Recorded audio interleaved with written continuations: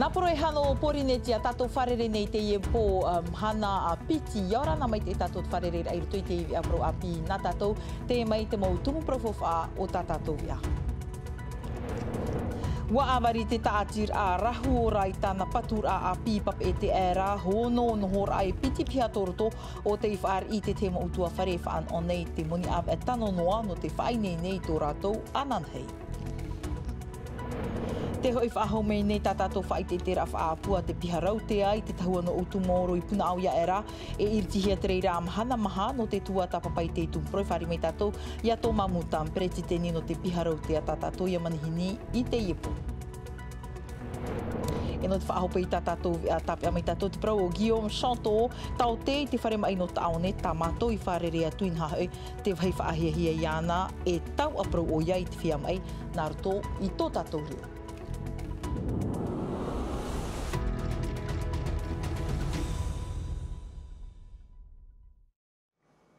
Ei o muar ai tātou nei vea te rero tātou i pape e te no te whaahiti mai te awarir a o te patur a Rose Jonk whatuhia ai te whiti Jonk hau a hoohi atu ei i te taatir a rahuora ISPF e reo frani roto i te ie patur a ono nohor ato tiare te whaanhohia no te mo utua whare e whaanonei i te teimoni ave tano noa no te whaini nera i tō rātou ananhei. Roto pui a rātou ho e tamatou i wharere atu o tā anaia bene te o moe hau timi o nei hapapu mai a tātou. C'est top pour en fait, on a tout pour pouvoir économiser de côté pour passer du temps à nos enfants, être présent pour l'école. Mai te aba no te unu, tō tautiare tōna utua wharetia i rei te nhor a tauturuhia te pua SPF e te taatir a rahuora, no nā mauro rai piti mateiti, i te mahana ua toparua te hou.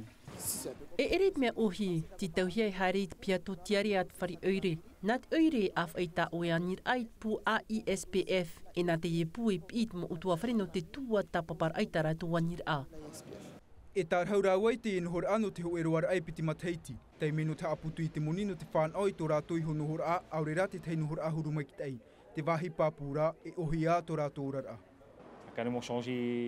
O ia mau, nenhei au e paraue, wa tawirua tō mātou orar a. Tei piha i honoa te wahi rawer a ehupa, e te whare hapir a te mautamar i. E māmar i atoa mai te pūte moni. Que du bene. Tā mai te mahana, e piti hanere pē ahuru nohor au tata ISPF e tārhau nei. E o whorātou te awhar au te moni tārhau, te teia tutuha na te mo utua whare au whau. Rawi a tauturu pāpū te ie te ra mo utua whare whiwhirein e te pō te nohor a. No te whanau i te tauturu, e te aia i te mot ata e whiwhi, ini a i te pēo te nohor a, e te roa ai a rātou e hare e tārhau i te ho e nohor a ini a i te i roto i ai te whenua, no te mea moni roa. Te piti e ianenhe rātou e aufau i tā rātou tūha. Te toru, te anine mātou i a rātou, ia wheruri rātou i te teimau opuar a, no te whanof ahau tā rātou i roto i tā rātou orara, e imi te maurawea, ia mei te ip e a tā rātou orara. O ia ihoa, e paraumau, i te imahana e ere te mea ohie no te imir ai te teinohor a pāpū, mai te ei e te imarat o ia oe te aufau.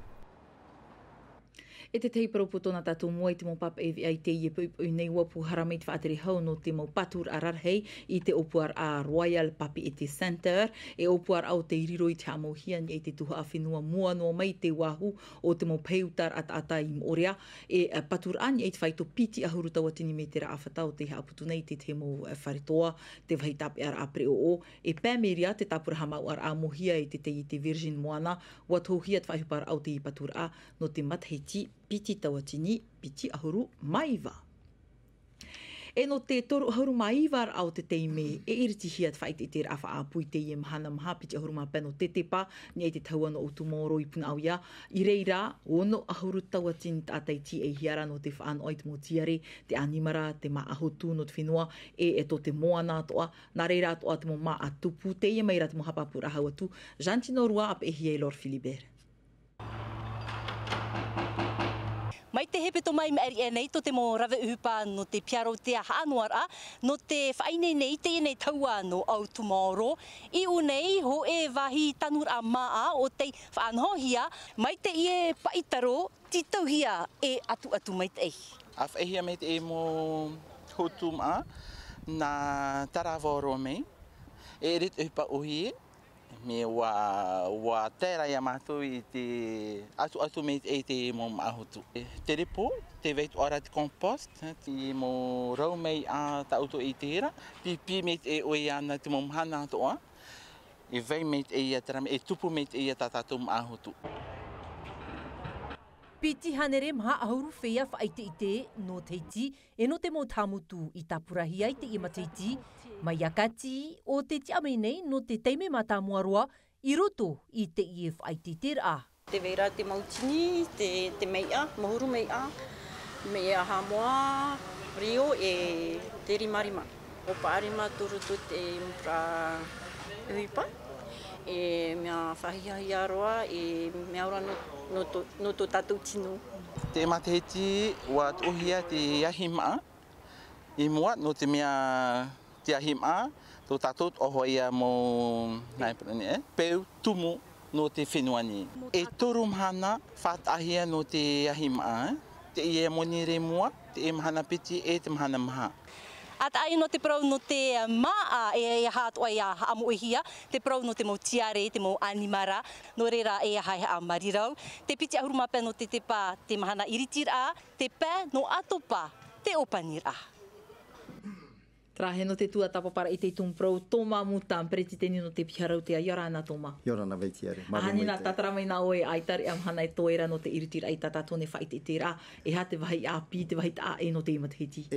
Nene he parau a toru hope tō matene te har a mei te mauro hepe piharau tea, tēnā te mo pua te hau whenua, no te harame no te whainginge ai te ne whaite te rati ei hehia I tō tātou ne hui ratira, parau no te whaite te rā maa, e te wahi papta na hei pahi whahia te e amui te moiti momutu tō tuapae, tō te whenu e nana anan hei, te mo maa tō raro mata I tāpai me anan hei pepei, e nen hei poru e anan hei nini mei tei, no tātātou I riti te amhanam hei te he hora ahuru. Tau e whahitira te tēmeira te maa ana te mo mutu e hiarahira a tane e tēmeira. Ai tei no a mei te mo tane maa tara rā, ti tei tau tane maa te whaharehia me nara tō I te mo mutu, Ua tēmei tō te tuapae, tō te whenua e nana I tupetama mea e neira, e anan hei tā te whenua raro mata ia tiri a teimi. Ua haura toi te piti hanere whea whaite I te no te ie oroa. Te mea nene tape a mei te praurhei, te ahima aia, hupa api.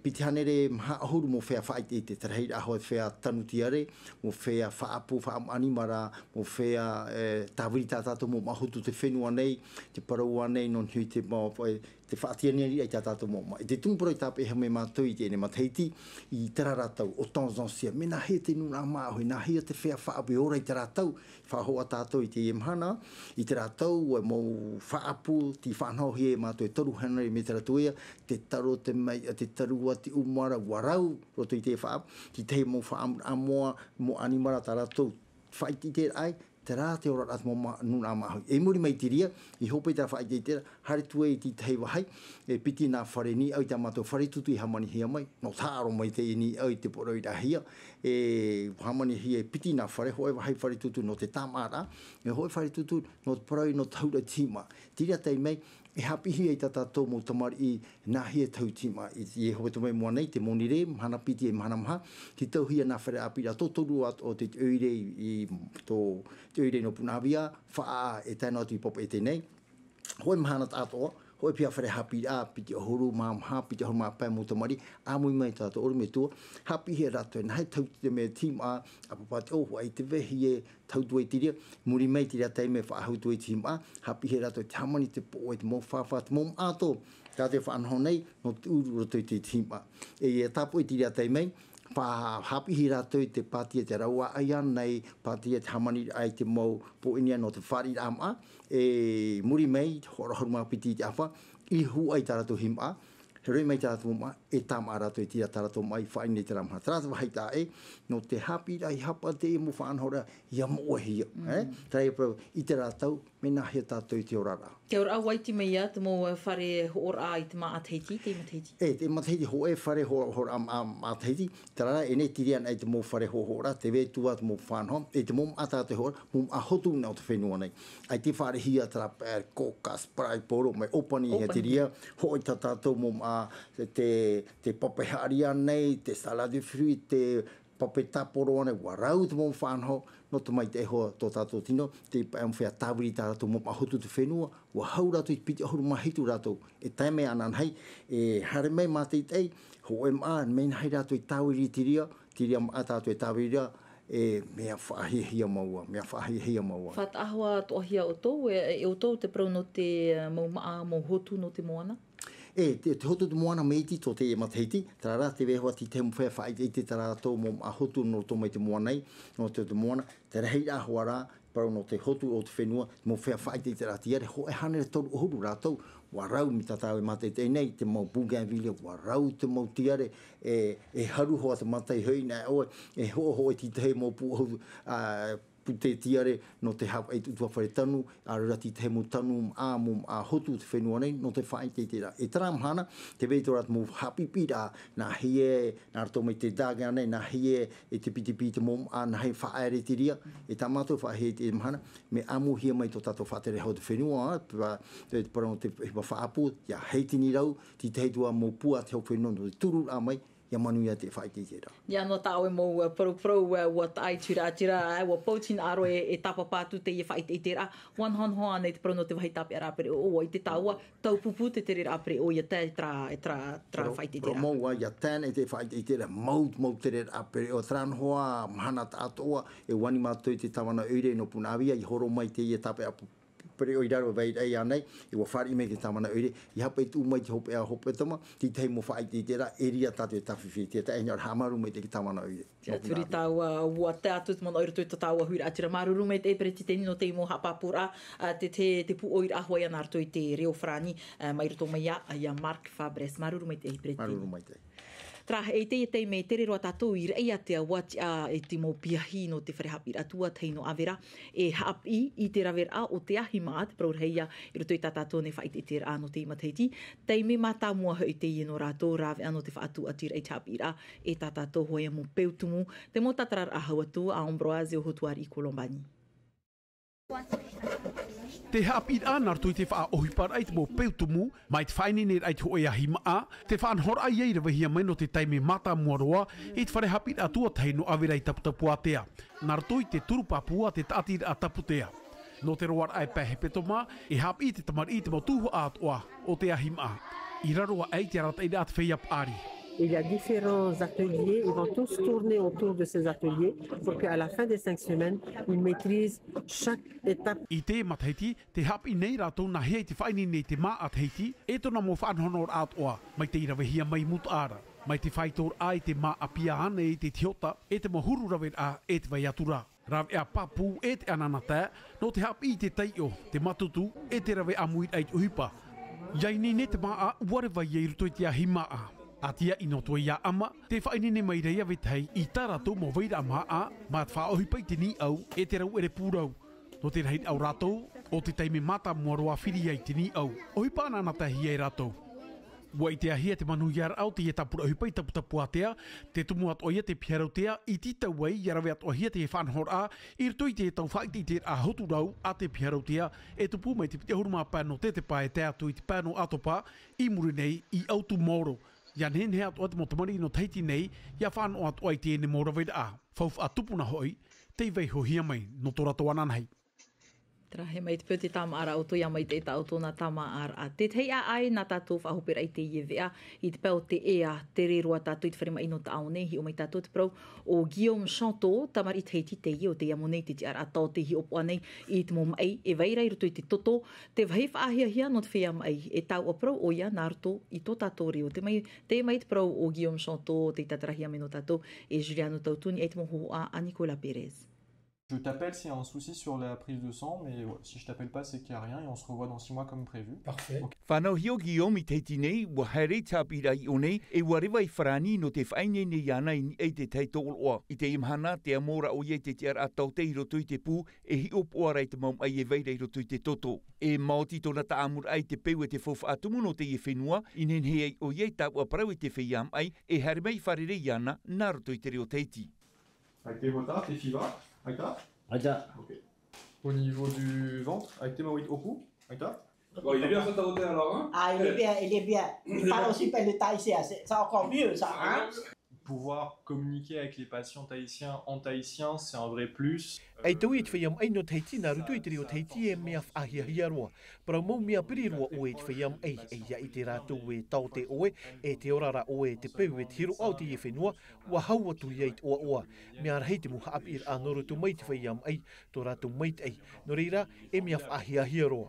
On apprend énormément de ces échanges avec les patients. Te tiarai a mohiare Guillaume o ia hoi nā rutoi te reo frani te hematologi e ere te mea matauhia i rotoi te orar Aotea e mea a anu atua tona parau. I te whenu frani i rotoi tāna tauhapi ai Bordeaux o iei te tupara i ni ei te e tōroa e o tānei whahohonu. Inha e tōroa whahiahia roa e tupu te teita amur a puai ia ap e mauro o te teita atamai te widara e ha mauna te IMA hematologi. Alors, l'hématologie, c'est une spécialité médicale qui essaye de comprendre et traiter les maladies du sang. Te hematologi e mai te ie ti tauhia ia maramarama e nāhea i arap au i te mom ai i rutu i te toto. No te mea te mai rutu i te toto e mea a ano ona. Te waira te mariri eit ata, te leucemia, te kaiohu i rutu i te toto e te vai atura. E te hematologe tau te ie e rap aura i te mai i rutu i te toto. Et l'hématologue, c'est le médecin qui s'occupe des maladies du sang. I te whenua nei, ai te tau te ea mōrei te ieti ara hematologi i man awai o Guillaume e hui mei te whenua nei no te amoi te ietoroa no te tawini tōna nuna tāna atua ia e oa oarai te imhana. Tara te tāmera ia tātou, mai te peo te proprone o Toitero Tahiti, apro no atu ia a Guillaume Chanto. Roto mātai mei ti homa whaeno meni e tātou ne afta te a tātou rio frani hapohia me te rira, e vei miti e lo e tāna nei manhini, anan he po tātou wharere whaahuai i roto i tātou nei apro api, te arohai arahei, parhei Yorana. E haa pururuhia te iwi a, ini a i te tahua Ngati Rara a Tino TV.